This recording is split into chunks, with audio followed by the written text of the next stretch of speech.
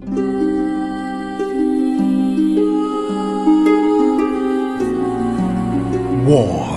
It has always been a part of life in the British Isles. From Roman times unto present day, no king or emperor has called this realm his own. 5 kings now stand ready to do battle over these lands. They will make Britannia theirs, or die in the attempt.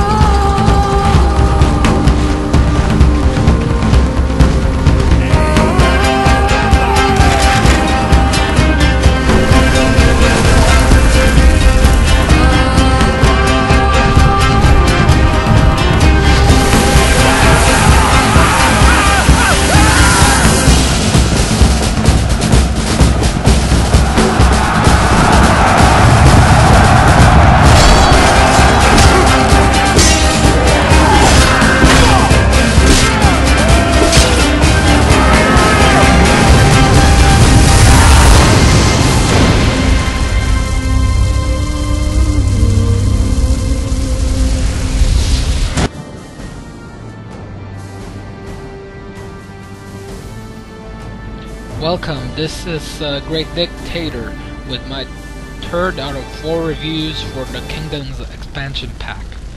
In this episode I will be reviewing the Brittanias Campaign. There are 5 factions in this one: the English, the Scottish, the Welsh, the Irish and the Norwegian invaders. The English are weakened and in need of resources to manage a large number of territories and to make sure the borders keep the enemy at bay. In this campaign you have no need to build forts, but you will have stronger and better versions positioned on strategical positions, and they are a cheap way to garrison troops. You will also need to handle the Irish rebellion. A good tip is to move the troops out of the rebelling cities and into the castles in Ireland, and from there you to manage your attack on the Irish. You either destroy the Welsh or the Irish and you'll have a bigger advantage against other enemies. Plus you'll have to watch out for the Baron Alliance, which will from time to time take over at least 3 settlements and will take over some of your generals, so be aware. Always. The Scottish are about to prepare their attack on the English, but before they do, the Scottish player must get rid of the invading Norwegian forces.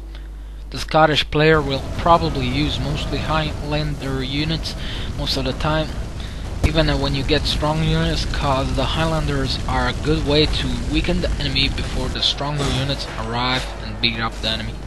One good example of the Highlander unit's combat capability comes with the arrival of William Wallace, one of Scotland's greatest heroes. By playing with Scottish, you'll find out that there will be some rebel settlements nearby, but besides those there will be hardly any rebel settlements during the entire campaign, no matter what faction you choose. Here's a tip: make sure you retrain your Highlander units after any battle, if possible, that is. The smallest faction is of course the Norwegians, but due to the fact of where their settlements are, it's kind of a strategical, advantage. The Norwegians are pretty straightforward and become more powerful over time. Early in the game, the invasion is led on by the King's son to help you in the struggle against the Scottish. The King and his royal fleet will come a little later to help you continue your invasion, but the most important part is to decide where the troops will disembark on land. Since the Norwegians are scattered on islands, you must decide where you'll build troops and send them on boats to invade the enemy. And keep in mind, location, location, location. The sooner you beat the Scottish, the better chance you have that your economy will be saved due to the plunderings you'll get. Well, I might have been wrong in terms of the smallest faction when I said it were the Norwegians. The actually smallest faction is the Welsh. With having only 3 territories, the Welsh king and has the ability to quickly raise powerful and vast armies of infantry and archers, which is the key to the success of the Welsh rebellion. The Welsh are the only ones I have seen so far that have armored spearmen, and that have a special archer that can build a city or castle, that have the same special ability as the English longbowmen, namely to deploy stakes before battle. And the last faction is of course the Irish. The Irish have thrown their support behind one man, Brian O'Connor.